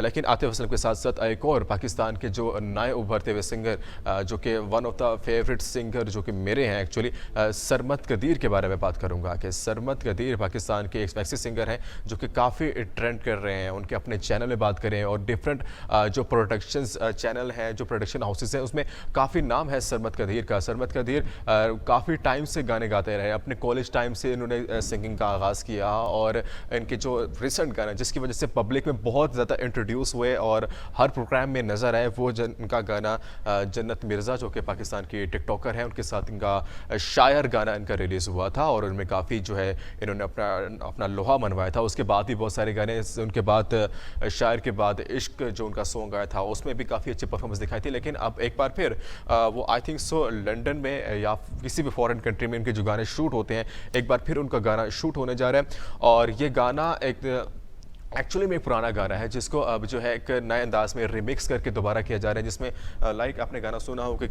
दिल नहीं लगता तेरे बिना सोनी, ये लाइक दैट इस तरह का गाना था और जो है काफ़ी पुराना गाना था। इसको इसमें रिमिक्स किया गया, इसको नया जो है टच दिया गया, इसमें आइसिंग ऑन द केक भी किया गया है और इसको इनके साथ एक और फीमेल सिंगर भी है, उनका भी इसमें कैरेक्टर शामिल है और ये गाना जो है आई थिंक सो पाकिस्तान में शूट हुआ क्योंकि सरमद कदीर का एक अपना स्टूडियो है, वो म्यूज़िक में खुद काम करते हैं। बिलाल सईद के साथ इनकी काफ़ी अच्छी परफॉर्मेंस रही है, दोनों मिलकर ये काम करते हैं और म्यूज़िक खुद बनाते हैं, लोगों को बनाकर देते हैं और म्यूज़िक इंडस्ट्री में अपना पर्सनल इनकी काफ़ी एफर्ट्स हैं और गाने की लिरिक्स खुद लिखते हैं, रिकॉर्ड खुद करते हैं, उनकी मास्टरिंग खुद करते हैं और इसके अलावा अब उनका जो शूट था वंस अगेन मूवी बॉक्स की तरफ से जो है गाना इनका जो है रिलीज़ हुआ है रिसेंटली, 2 दिन पहले इनका गाना रिलीज़ हो चुका था जिसका अभी हमें इंतज़ार था। इनके फ़ैन फॉलोइंग भी काफ़ी अच्छी है, पर्सनालिटी वाइज भी सरमद कदीर की काफ़ी अच्छी पर्सनालिटी है और इनकी आवाज़ का जो जादू है बहुत ही कमाल का है और इनका जो नया गाना है वो सबसे इंटरेस्टिंग सॉन्ग दिल नहीं लगता तेरे बिना जो इस वक्त रिलीज़ हो चुका है। काफ़ी अच्छी प्रोडक्शन, म्यूज़िक काफ़ी अच्छा है इसके अंदर और इसके अंदर जो शूट किया गया, जो शूट एंगल, जो इसके फ्रेम थे वो भी काफ़ी अच्छे इस्तेमाल किए गए थे। That's very amazing and interesting. और इस वक्त भी आप जैसे देख सकते हैं कि सरमद कदीर जिस स्टूडियो में इस वक्त बैठे हैं, ये इनका अपना पर्सनल स्टूडियो है जिसको सरमद कदीर जो है म्यूज़िक सेशन के नाम से आई थिंक उसको नाम दिया गया है और इसमें जो है इनका अपना बैंड है, अपने लोग शामिल हैं और अपने गाने अपने यूट्यूब पे चलाते हैं और इनका यूट्यूब पे काफ़ी अच्छा ट्रेंड चल रहा है और बहुत कमाल की आवाज़ है इनकी। जैसे कि मैंने स्टार्ट में बोला कि मेरे काफ़ी फेवरेट सिंगर हैं, तो जिस वजह से मैंने इनको आतिफ असलम के फ़ौरन बाद इनको भी रिलेट किया क्योंकि इनका भी गाना ये एक सीज़न आई थिंक सो ऐसा होता है जैसे कि लाइक शादियों का सीज़न आ जाता है और इसके साथ साथ जो है ये सर्दियाँ जब आती हैं तो इस तरह के जो हमारे बड़े बड़े सिंगर्स हैं उनकी तरफ से काफ़ी अच्छी इस तरह के गाने सामने देखने को मिलते हैं और उसकी तैयारियाँ काफ़ी टाइम पहले से कर रहे होते हैं कि ये सीज़न शायद ऐसा होता है कि इसमें गाने रिलीज़ किए जाते हैं। तो खैर आप और भी बहुत सारे सिंगर्स हैं और भी बहुत से गाने रिलीज़ हुए हैं, इन पर भी बात करनी थी लेकिन due to time, lackage of time हम बात नहीं कर पाते। टॉपिक्स भी बहुत सारे हैं और टाइम भी बहुत कम है, तो हम उस सब पे भी दोबारा बात करेंगे। और अब हम बात करेंगे जैसे कि अब सॉरी मैं भूल गया कि हम जैसे कि बात करते हैं इंडिया टेनमेंट के बारे में। यार कि इंडिया टेनमेंट को हम कैसे बोल सकते हैं, उनको तो हमारा कॉन्ट्रैक्ट हुआ है वायरल वीडियोज़ देने का। तो इंडिया के बारे में अगर बात करें तो जैसे कि मुझे याद पड़ता है कि इंडिया में एक बार फिर जो है हमें इनकी एक और चीज़ अमेजिंग सी वीडियो देखने मिली, लेकिन देखने में तो बड़ी सैड सी वीडियो है लेकिन अमेजिंग इस तरह से इंटरेस्टिंग कह सकते हैं कि उनकी जो हरकतें होती हैं जिस वजह से वो वायरल हो जाते हैं, खुद ही होते हैं जैसे भी होते हैं। उसकी वजह से एक बार फिर एक और उनका वाक़या सामने देखने में आया कि रसगुल्ला अब इतना इम्पोर्टेंट हो गया कि उसके साथ लोग अपनी जान देने को तैयार हैं। रसगुल्ला ज़ाहिर बात है एक बड़ी फेवरेट मिठाई होती है लोगों की और लोग इसको बड़ा पसंद भी करते हैं, लेकिन इंडिया में जो वाक़या पेश आया कि एक रसगुल्ले के पीछे एक शख्स का कत्ल हो गया और 4-5 लोग इसमें ज़ख्मी भी हो गए। जी बिल्कुल, इंडिया का ये वाक़या वंस अगेन वही रियासत उत्तर प्रदेश, वही सारी रियासतें जहाँ से अक्सर हमें उनकी वीडियोज़ देखने को मिलती हैं। तो actually it's a sad video, so sorry about that कि वहाँ पे एक कत्ल इंसान हो गया। और आपको बताते चले कि शादी की तकरीब थी और इस तकरीब में जो है रसगुल्ले बांटे गए थे। आई थिंक शादी की जो उनकी जो फॉर्मेलिटीज़ थी मुकम्मल हो चुकी थी, मिठाई बांटने का सिलसिला, खाने का सिलसिला शुरू हो चुका था। रसगुल्ले कम पड़ गए। अब रसगुल्ले कम पड़ने की वजह से क्या हुआ भाई, लड़ाई पड़ गई भाई, तुम रसगुल्ले नहीं दे सकते हमारी शादी पे, आपने हमें शादी पे बुलाया क्यों, अगर आप रसगुल्ले ही नहीं दे सकते तो आप तो शादी करते ही ना। इस तरह की बातें शुरू होने लग गई, एक दूसरे पे इल्ज़ाम तराशी। जाहिर बात है गेस्ट आते हैं वो इस तरह की बातें करते हैं कि हम तो जी इतना सफ़र करके आए, आपने तो हमें खाना नहीं खिलाया, आपने हमें मिठाई तक नहीं पूछी, तो ये कैसी शादी है। एक इंसान जब मेहमान या कोई भी जिसको हम इन्वाइट करते हैं वो इस तरह की बातें बोलते हैं, लेकिन जो भी आके मेज़बान होता है वो एक हद तक बर्दाश्त करता है कि ठीक है जी, सॉरी फॉर दैट, मिस्टेक हो गई या मिसमैनेजमेंट हो गई। लेकिन एक जो है बर्दाश्त का पैमाना होता है, जब वो पैमाना एक हद तक जब रिप्रेस हो जाता है तो फिर बर्दाश्त से काम बाहर हो जाता है। ऑब्वियसली मेज़बान की तरफ से भी फिर पॉइंट आए, वहाँ से भी जो है फायरिंग का सिलसिला शुरू हो गया। फायरिंग एक्चुअली ज़बानी गोलाबारी का सिलसिला शुरू हो गया और वहाँ से उनकी भी ज़बानी गोलाबारी फिर ज़बानी गोलाबारी कन्वर्ट हो गई लड़ाई के अंदर। जब लड़ाई हुई, आपस में गुत्थम गुत्ता हुई, तो एक रसगुल्ले की वजह से ऑब्वियसली एक इंसान कितने रसगुल्ले खा लेगा, 1 से ऊपर या मैक्सिमम 2 से ऊपर या 1.5 से ऊपर कोई नहीं खा सकता। उसके पीछे लड़ाई हो गई और उन्होंने लड़ाई के दौरान एक बंदे को मार डाला, उसको हलाक कर दिया, कत्ल कर दिया। इंडिया का वाकया जहाँ पे एक रसगुल्ले के पीछे भाई कत्ल कर दिया गया। ये अब तक की जो रिसेंट भी इस तरह की हमारे पास वीडियोस आती रही हैं, लेकिन वो शायद हम कह सकते हैं कि वहाँ पे एक सेंसिटिव टॉपिक था, इशू था, जिसकी वजह से लड़ाई हो जाती है। लेकिन रसगुल्ले के पीछे लड़ाई कौन करता है, ये तो बहुत ही सीरियस इशू था शादी की। तो अब ये भी बहुत इशू था। इस तरह के और भी वाक़यात सामने आते रहते हैं, लाइक जैसे कि लास्ट टाइम जहेज़ के मामले में लड़ाई हुई, बीवी कत्ल हो गई, सुसाइड हो गया, उनके घर वाले आए। तो ये इंडिया का जो हमारा कॉन्ट्रैक्ट है ये जारी रहेगा। हम चाहते हैं कि इस तरह की वीडियोज़ ना है जिसमें स्पेशली कत्ल होते हैं, तो फॉर गॉड सेक इस तरह की हमें वायरल वीडियोज़ ना दें, ये कॉन्ट्रैक्ट ना करें, इंटरेस्टिंग दें तो हम उसके लिए रेडी हैं। तो रसगुल्ले के पीछे लड़ाई, छोटी छोटी बातें होती हैं, लड़ाई बढ़ जाती होती है, कत्ल भी हो जाते होते हैं, लेकिन ये आपके लिए बेइज्जती का बायस बन सकता है कि आप एक रसगुल्ले के पीछे लड़ाई कर गए और अब पूरी दुनिया में आप मशहूर हो चुके हैं। आई थिंक सो इसमें हमें अवॉइड करना चाहिए इस चीज़ों को। तो अब हम बात करेंगे सबसे इंपॉर्टेंट इशू, जो कि हमने बहुत सारे टॉपिक से बात कर लिए, लेकिन एक हमारा जो स्पेशल सेगमेंट जिस पे हम डेली बात करते हैं वो है सेहत। बिल्कुल एज यूजुअल, जैसे आमना कहती हैं, उनकी जो लाइन है कि जान है तो जहान है, अगर सेहत पे बात नहीं करेंगे तो आई थिंक सो हमारा मॉर्निंग शो सबसे अधूरा नजर आएगा, रूखा रूखा नजर आएगा। तो मॉर्निंग शो में सेहत की बात ना हो, इट इज़ नॉट पॉसिबल। तो अब हम सेहत की तरफ बात करते हैं कि इस वक्त जो नई डेवलपमेंट्स आई हैं, जो अकॉर्डिंग टू मुत्तहिदा यूनाइटेड नेशंस की तरफ से, यूनिसेफ की तरफ से जो रिपोर्ट आई है स्पेशली बच्चों के ऊपर, कि इस वक्त अगर बात करेंगे बहुत से बच्चे जहाँ पे ग़िज़ाई किल्लत का शिकार होते हैं, वहीं पे अगर बात करें तो जहाँ पे इतने बच्चे ग़िज़ाई किल्लत का शिकार है, वहाँ पे 6 से 8% बच्चे ऐसे भी होते हैं जो कि वज़न बढ़ने की वजह से अपनी बहुत सी बीमारियों का शिकार हो जाते हैं। बिल्कुल जहाँ एक सीरियस मसला एक्चुअली है जिस पर यूनिसेफ काम कर रही है कि कोई भूखा ना सोए, कोई बच्चे भूखे ना हो, ग़िज़ाई किल्लत का शिकार ना हो, बिकॉज वो हमारे फ्यूचर में जो है हमारे काफ़ी अच्छी परफॉर्मेंस दे सकते हैं, अपना अहम किरदार अदा कर सकते हैं, वो भी बड़े होकर कुछ बन सकते हैं, जो उनका एक नैरेटिव ऑब्जेक्टिव या उनका एजेंडा है। तो वहाँ पे एक ये भी इशू है कि इतने बच्चे जहाँ पे ग़िज़ाई किल्लत का शिकार है, वहाँ पे बहुत से बच्चे वज़न बढ़ने की वजह से काफ़ी बीमारियों का शिकार नज़र आते हैं। और ये इंटरनेशनल रिपोर्ट जो है हमें सामने आई है। और इसके अलावा अगर आपको बताते चलें कि हमारे जो है एक और रिसर्च के मुताबिक ये बताया गया है कि आलमी इदारा सेहत तो इस्लामाबाद की मकामी होटल में जारी लाइफ स्टाइल मेडिसिन कॉन्फ्रेंस हुई थी, जिसमें बहुत सारे लोगों ने शिरकत की थी, बहुत सारे माहिर प्रोफेसर्स जो कि हेल्थ एक्सपर्ट थे, उन्होंने भी इस कॉन्फ्रेंस को ज्वाइन किया। उनका भी कह रहे थे कि एक दहाई में एक हमारा तर्ज ज़िंदगी इंतहाई हद तक तब्दील हो गया और जिस्मानी जमूत के नतीजे में दुनिया भर में गैर मुतअद्दी अमराज में बेतहाशा इजाफा हो गया है। और उनका भी कहना था कि मोटापा बच्चों में बढ़ता जा रहा है, इसकी वजह से वो बहुत से दिल के मरीज़ का भी शिकार होते जा रहे हैं।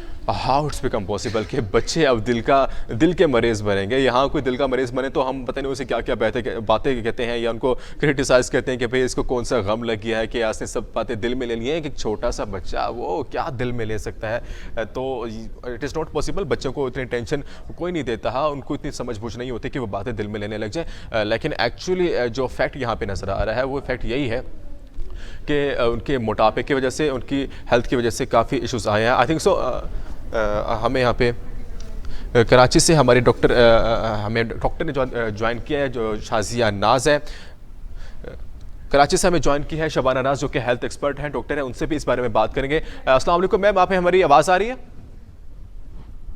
जी बिल्कुल आ रही है। मैम बहुत शुक्रिया हमें ज्वाइन करने के लिए। मैम अब अक़वाम मुत्तहिदा की जानिब से एक रिपोर्ट जारी की गई है जहाँ पे उनका ये कहना था कि जहाँ बहुत से बच्चे जो हैं ग़िज़ाई किल्लत का शिकार है, वहाँ पे कुछ परसेंटेज ऐसी भी है जो कि वज़न बढ़ने की वजह से बहुत सी बीमारियों का शिकार हो जाते हैं, जिनमें बच्चों में अब जो है वो हार्ट के इश्यूज़ आ रहे हैं और ऐसी बहुत सी बीमारियाँ बच्चों में जन्म ले रही हैं। तो इस सब पे आप क्या कहेंगे?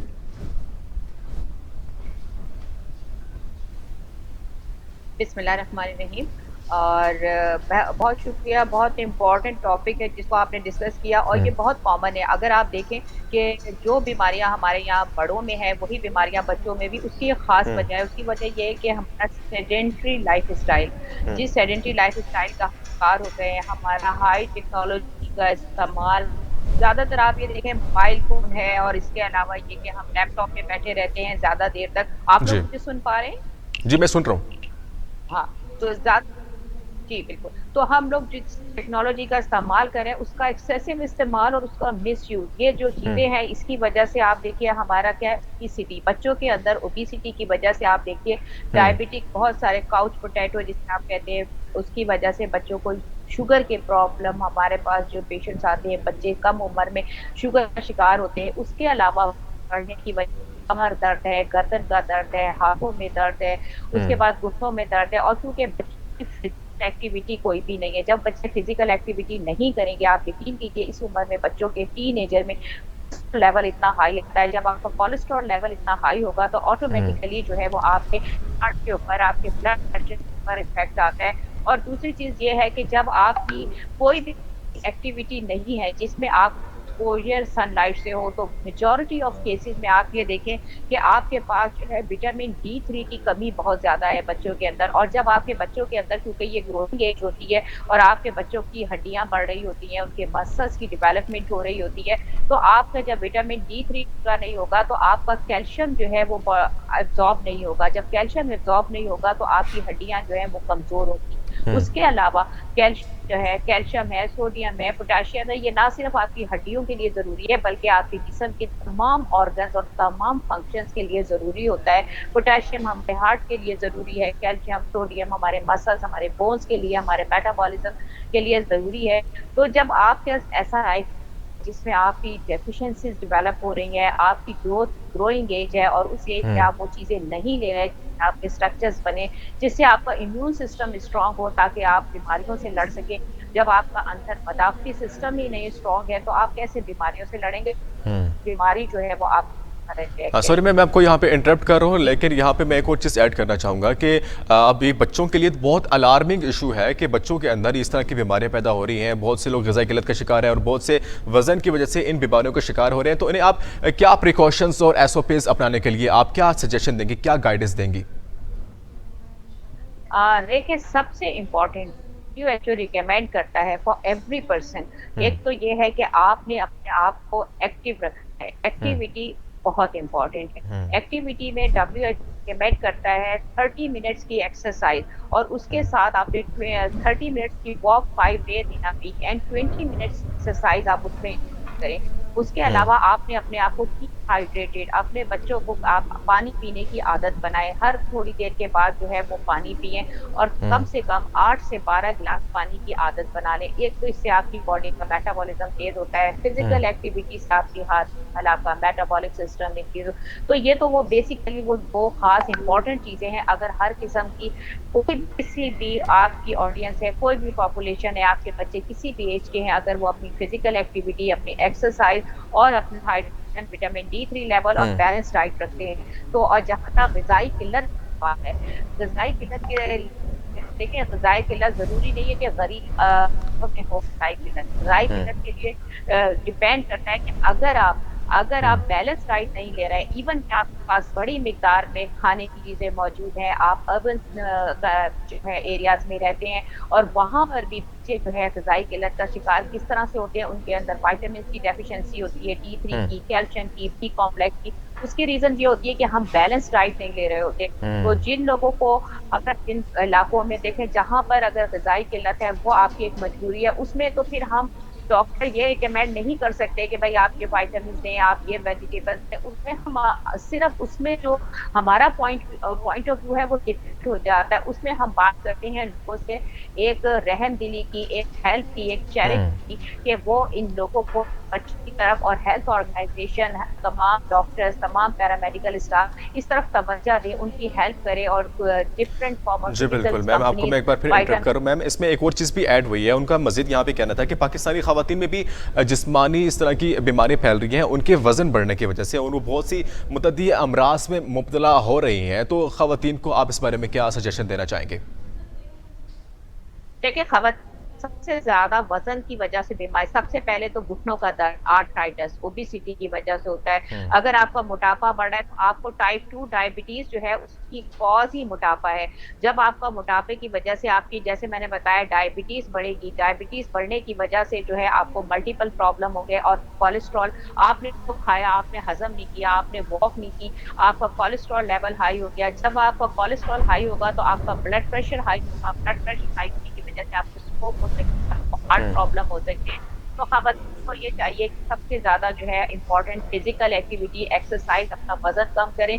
अगर उनका वजन ज्यादा होगा तो और कोई बीमारी ना भी हो तो आपकी एड़ियों में दर्द, आपके पैरों में दर्द, क्योंकि जितना वजन आपकी बॉडी का आपके जोड़ों के ऊपर पड़ेगा, और अमूमन हमारे पास जो पेशेंट्स आती है कमर के दर्द, घुटनों का दर्द, जो और पैरों का, एड़ियों का दर्द, सुबह उठती हैं तो उनकी एड़ियों में दर्द होता है। उसकी वजह यही होती है कि आप इतना वजन आपकी बॉडी पे पड़ रहा है जितनी बॉडी आपकी मजबूत नहीं। जी मैम, यहाँ पे कोई सवाल भी ऐड हो रहा है कि इंटरनेशनल रिपोर्ट के मुताबिक सालाना जो है दुनिया में 5 करोड़ से ज़ायद लोग जो है जहाँ बाग हो जाते होते हैं। उनमें बात करें तो मोस्टली 4 करोड़ 10 लाख लोग ऐसे होते हैं, यानी कि 70% लोग ऐसे होते हैं जो कि कॉमन सी बीमारियाँ, जैसे कि बात करें high blood pressure, cancer, sugar और ऐसी बहुत सी बीमारियाँ हैं। इसमें मोस्टली जो रेशो है वो नौजवानों की बहुत ज़्यादा है, जो कि जवान हैं, जो टीन एजर हैं, उनमें बीमारियाँ बहुत ज़्यादा है, उनकी डेथ की रेशो उसमें बढ़ती जा रही है। तो ये एक बहुत अलार्मिंग इशू है। इसको आप किस तरह से हाईलाइट करेंगे?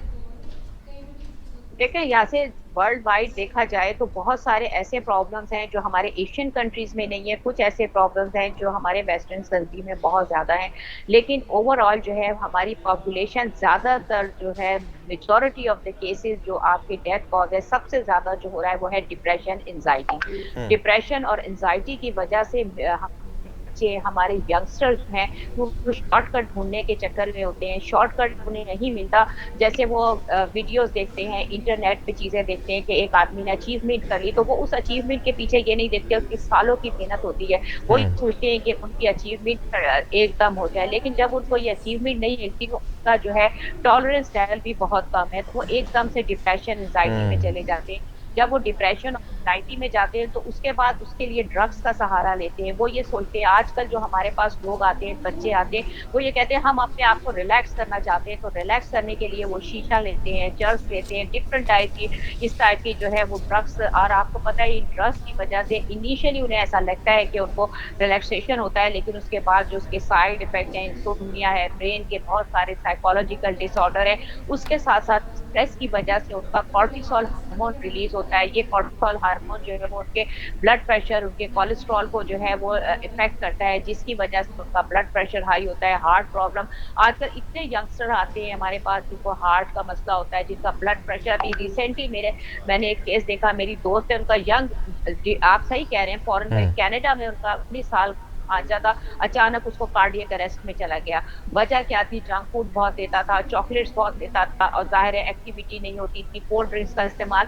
तो हमारा जो खाने का तरीका कार है, जो चीजें हम इस्तेमाल कर रहे हैं, कार्बोनेटेड ड्रिंक्स आप देखें, कोल्ड ड्रिंक बच्चे कितना यूज कर रहे हैं, चिकन का इस्तेमाल, जो कि आप देखिए 15 दिन में पूरी मुर्गी बन जाती है अंडे से, उसके अंदर हार्मोन इंजेक्ट किए जाते हैं।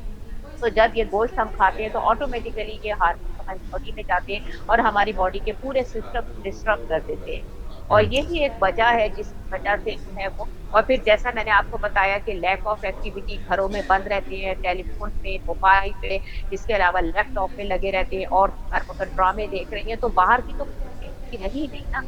आप बाहर निकल नहीं रहे, विटामिन डी ले नहीं रहे, मसल्स आपके स्ट्रॉन्ग नहीं हो रहे, तो यही सारी चीजें हैं जिसकी वजह से हम लोग वजीन। देखिए, एक हमारा जिस्म तस्बीह के दानों की तरह है, एक जी। दाना अगर डिस्टर्ब होता है तो पूरी तस्बीह जो है वो डिस्टर्ब हो जाती है। बिल्कुल इसी तरह से अगर आपके सिस्टम में से कोई एक चीज खराब होती है और आपको अनट्रीटेड रहती है तो ऑटोमेटिकली पूरी बॉडी आगे से आगे बढ़ती चली जाती है प्रॉब्लम। जी डॉक्टर शबाना नाज, आपका बहुत बहुत शुक्रिया हमें ज्वाइन करने के लिए। आपसे हम दोबारा भी इस हेल्थ टॉपिक में और इश्यूज़ में आपको हम अपने साथ रिलेट करेंगे, आपसे अपडेट लेते रहेंगे। आपका बहुत बहुत शुक्रिया हमें ज्वाइन करने के लिए।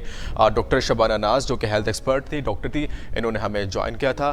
तो उनका भी यही कहना था कि हमें इस वक्त जो है हमें एक्टिविटीज़ की बहुत ज़रूरत है, जो स्पेशली बच्चे हैं, चाहे ख़वातीन हैं या नौजवान हैं, उनको इसमें एक्सरसाइज, रोज़ 30 मिनट की वॉक और 20 मिनट की एक्सरसाइज और पानी का ज़्यादा इस्तेमाल, और जो हमारे खासूसी तौर पर जो नौजवान लोग हैं जो कि ड्रग्स का इस्तेमाल करते हैं, वेपिंग यूज़ करते हैं, शीशे पीते हैं, और जो सिगरेट का इस्तेमाल जो कि टेम्परेरी स्ट्रेस को दूर करने के लिए जो एक शॉर्टकट ढूंढते हैं, उनसे बचना चाहिए। उनको चाहिए कि वो एक्सरसाइज की तरफ आएँ और अपने आप को स्ट्रेस फ्री रखें, और ये जो टेम्परेरी जो उनको एक रिलीफ मिलता है, ये उनके लिए इन द फ्यूचर बहुत नुकसान होता है। ये डॉक्टर शबाना नाज का जो इसमें तज्जिया था, उनको जो उनकी अपनी एक्सपीरियंस था, उनके मुताबिक भी उन्होंने ये कहा कि बहुत से लोग इस वजह से उनका हार्ट अटैक का इशू, उनका ब्लड प्रेशर, शुगर के जो अमराज हैं वो बढ़ते हैं, और इस वक्त जो मैंने आपको डेथ रेशो जो बताई थी वो इस वजह से काफ़ी बढ़ चुकी थी। तो ये डॉक्टर शबाना नाज का जो एक उनका अपना हमारे साथ एक अपडेट उन्होंने दी है हेल्थ के वाले से, वो हमारे साथ मौजूद थी। तो इसके अलावा इसमें एक और चीज़ भी जो अक़वाम मुत्तहिदा की तरफ से यहाँ पे ऐड की गई है, उन्होंने बताया कि इस मौके पर रिफ़ा इंटरनेशनल यूनिवर्सिटी के चांसलर हसन मोहम्मद ख़ान का इस पर यह कहना था कि बहुत सारे लोग जो हेल्थ इशू से इसलिए भी परेशान हैं क्योंकि सेहत और आवाम के इलाज वाले जो अखराजात हैं, ऑब्वियसली खर्चे तो बहुत होते हैं। अगर बात करें डॉक्टर्स के पास जाएँ, अपॉइंटमेंट इतने महंगे हैं, अपॉइंटमेंट के बाद उनके टेस्ट के इश्यूज़ होते हैं, टेस्ट के बाद उनकी मेडिसिन लेनी है और पूरी केयर करनी है, और इन सब के चक्करों में ज़ाहिर बात है कि not only the common person can afford that, कि बहुत मुश्किल है, बहुत इट इज़ नॉट पॉसिबल कि हर चीज़ हर कोई अच्छे डॉक्टर को कंसल्ट कर सके, उनसे अपॉइंटमेंट ले सके और उन पर अपने इलाज पे भरपूर तवज्जो दे सके। लेकिन फिर भी मैं आपको सजेस्ट करूँगा कि जान है तो जान है, हमें अगर इसमें पैसा लगाना पड़े तो हमें लगाना चाहिए, क्योंकि सेहत के बगैर कोई ज़िंदगी नहीं है। तो इसलिए बहुत सारे लोग ना सिर्फ पाकिस्तान बल्कि इसमें अमेरिका और बरतानिया के लिए भी नामुमकिन होता जा रहा है कि वो जहाँ सेहत के लिए महज 2% रकम मुख्तस की जाती है, वहाँ आने वाले मामले के नतीजे में इनका जो अखराजात का जो सिलसिला है, जिसलिए वो काफ़ी परेशान रहते हैं। एक तो अखराजात नहीं है जिस वजह से इलाज नहीं करवा पाते, और इस टेंशन से कि खर्चा नहीं है वो और बीमार होते हैं और स्ट्रेस लेते हैं, और फिर शॉर्टकट ढूंढने के लिए मुख्तलिफ अमराज का शिकार हो जाते होते हैं। और यहाँ इस वक्त हम लेंगे एक ब्रेक के, उसके बाद हमारा एक लास्ट टॉपिक होगा, उस पर हम बात करेंगे। तब तक तो आई थिंक सो हमें इस वक्त जो है टाइम, क्योंकि बहुत शॉर्ट है, टाइम शॉर्टेज की वजह से हम ब्रेक हम नहीं ले सकते, तो इसलिए जो हमारा जो लास्ट टॉपिक है तो आई थिंक सो उसको डिस्कस कर लेते हैं। तो खैर सेहत पर हमने बात कर ली, तो जान है तो जहान है, अपना भरपूर ख्याल रखिए क्योंकि मौसम भी बदल रहा है, और जो हमारे जो करंट इशूज़ हैं सेहत को लेके उसको हमने हाईलाइट किए हैं, उस पर भरपूर तवज्जो दें। तो अब हम अपने अगले टॉपिक की तरफ आते हैं। जी बिल्कुल, अगर हम बात करेंगे वर्ल्ड कप के बारे में, पूरी दुनिया की नज़रें वर्ल्ड कप उस ट्रॉफी की तरफ हैं जो कि इस वक्त दुनिया भर की तमाम शाहीन और तमाम प्लेयर्स इस वक्त खेल रहे हैं, और ऑस्ट्रेलिया के शहर मेलबर्न के पृथ में स्टेडियम में मैच खेला जा रहा है, जहां पर इस वक्त जो है वर्ल्ड कप का फैसला उस स्टेडियम के अंदर किया जाएगा। बहुत सारे मैचेस जो है वो हेल्ड हो भी चुके हैं। पाकिस्तान भी 2 मैचेस खेल चुका है, इंडिया भी अपने 2 मैचेस खेल चुका है, और पाकिस्तान सॉरी फॉर दैट कि वो अपने 2 मैचेस हार चुके हैं। पहले अपना इंडिया से मैच हारा, उसके बाद जिम्बाब्वे से भी अपना मैच हार चुका है, जो ये कि बहुत हमारे लिए बहुत अलार्मिंग एंड बहुत ही अफसोसनाक खबर जो इसमें हमें देखने को मिल रही है। इसके अलावा आपको बताते चलें कि इस वक्त भारतीय टीम के बारे में बात करें, भारतीय टीम बहुत हाई रैंक पे जा रही है। उनका जो एक लक है, जो फॉर्चून है, वो बहुत ही राइज कर रहा है। और आपको बताते चलें कि भारत की जो सिचुएशन इस वक्त देखने में आ रही है, उन्होंने एक बार फिर इंडिया के बाद भी नीदरलैंड से भी अपना मैच जीत लिया है। और आपको बताते चलें कि ये उनके लिए काफ़ी खुशकिस्मती की बात है कि कंटिन्यूसली इस वक्त क्रिकेट के मैचेस, वर्ल्ड कप पे T20 मैचेस वो जीतते चले जा रहे हैं, और काफ़ी अच्छी परफॉर्मेंस आ रही है। उनके जो स्पेशली खिलाड़ी हैं वो उसमें काफ़ी अच्छी परफॉर्मेंस दिखा भी रहे हैं, और क्रिकेट में काफ़ी अच्छी परफॉर्मेंस है। बहुत से टीमें अपनी अपनी मेहनत कर रही हैं। बात करें पाकिस्तान के हवाले से, तो पाकिस्तान में भी बहुत से हमारे खिलाड़ी हैं, उस पर वो काफ़ी अच्छी परफॉर्मेंस अपने दिखा रहे हैं। तो हमें भी उम्मीद है कि आने वाले वक्त में जितने भी मैचेस हो, पाकिस्तान अपनी अच्छी परफॉर्मेंस दिखाए, बाबर आजम की मोटिवेशन भी काम आए, और हमारे शाहीन जाके लास्ट टाइम जो एक सीरीज़ खेली थी उसमें काफ़ी अच्छी परफॉर्मेंस दिखाई थी, उस तरह की परफॉर्मेंस यहाँ भी दिखाएँ। और हमें भी एक और वर्ल्ड कप की ज़रूरत है। तो हमें यहाँ पर जो है हमें इसके अलावा अगर आप बताते चलें कि आज हमें बहुत सारे टॉपिक्स थे जो हमने डिस्कस कर लिए हैं। टाइम बहुत शॉर्ट था, और अकेला होकर भी फिर भी टाइम नहीं बचा। मुझे लगा था आज बहुत टाइम टाइम बचेगा तो आपको बताते चलें कि अब जो आज इशूज़ था कि लॉन्ग मार्च के बारे से मैंने बात की कि लॉन्ग मार्च की जो अपडेट थी वो इस वक्त लॉन्ग मार्च जो है लाहौर से इस वक्त जारी है, इस्लामाबाद की तरफ रवा दवा है, अवाम का जमे गफ़ीर मौजूद है।